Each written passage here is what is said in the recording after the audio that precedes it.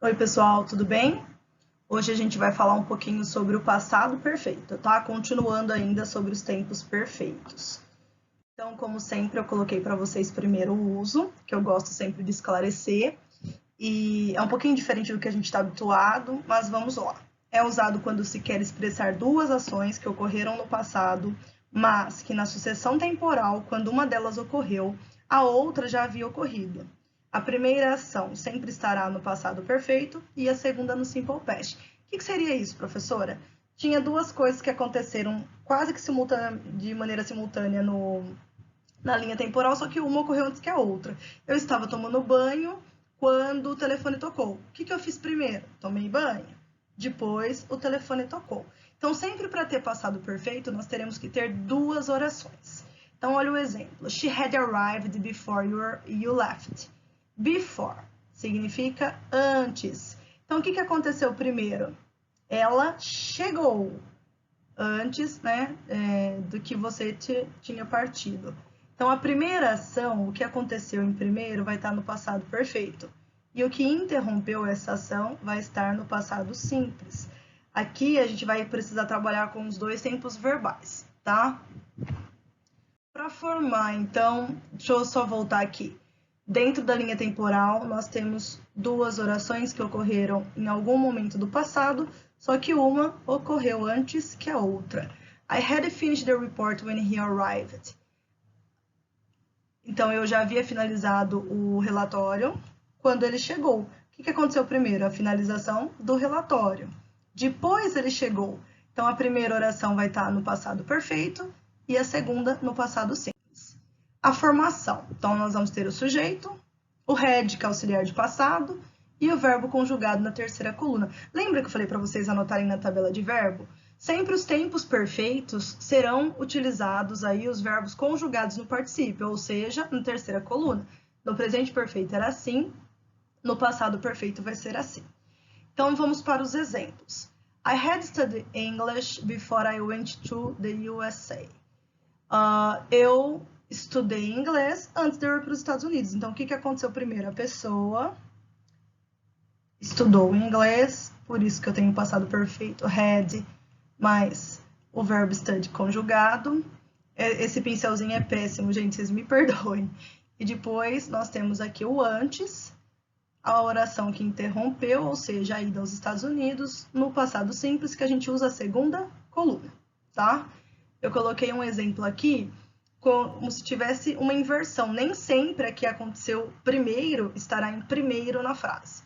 Tony knew London very well because he had visited the city several times. Então, o Tony ele conhece Londres porque ele visitou lá várias vezes. Então, o que aconteceu primeiro? Primeiro, ele visitou.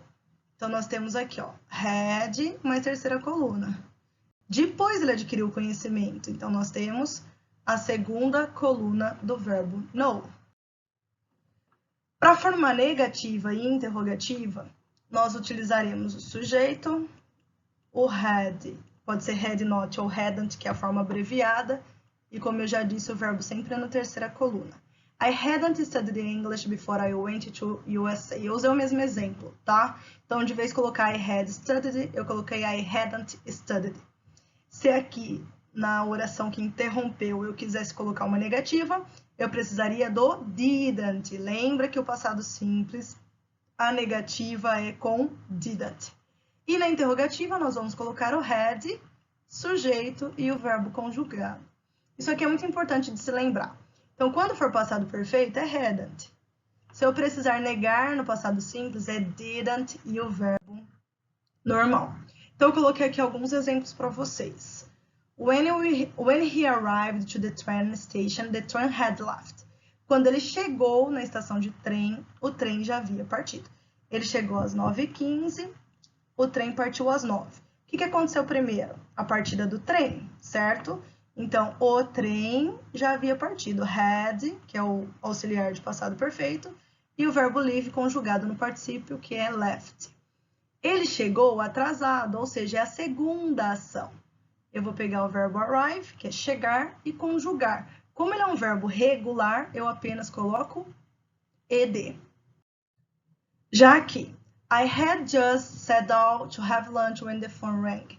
Eu tinha acabado de me sentar para almoçar quando o telefone tocou. Então, o que ele fez primeiro? Primeiro, ele sentou. Had, que é o verbo auxiliar do passado perfeito. Just é um advérbio, como a gente já aprendeu. Sat é o particípio passado do verbo sit, que é sentar. Aqui, sat down é uma expressão. E o telefone tocou. Rang, passado de ring. Tá? Então, o que aconteceu primeiro? Primeiro, ele sentou. Depois o telefone tocou. Percebam que normalmente a gente vai ter algum elemento que nos indica qual aconteceu primeiro. When, quando, before, after. Percebam bem essas marcas temporais, tá? Parece que é muita coisa, mas não é. O que a gente precisa lembrar? Que sempre o passado perfeito serão duas orações que ocorreram no passado, só que uma aconteceu antes que a outra. A que é mais passado, a que aconteceu primeiro, sempre vai ser passado perfeito. Had, mais terceira coluna. A que aconteceu depois, em segundo, na linha temporal, vai ser passado simples. Passado simples eu uso segunda coluna e o meu auxiliar de negativo e interrogativo é did, tá? A gente vai marcar um dia para a gente conversar, para eu tirar dúvida no chat online. Pode me mandar dúvida pelo Teams também, a gente vai conversando para depois a gente fazer exercício e dar continuidade. Por hoje é só, pessoal. Beijo!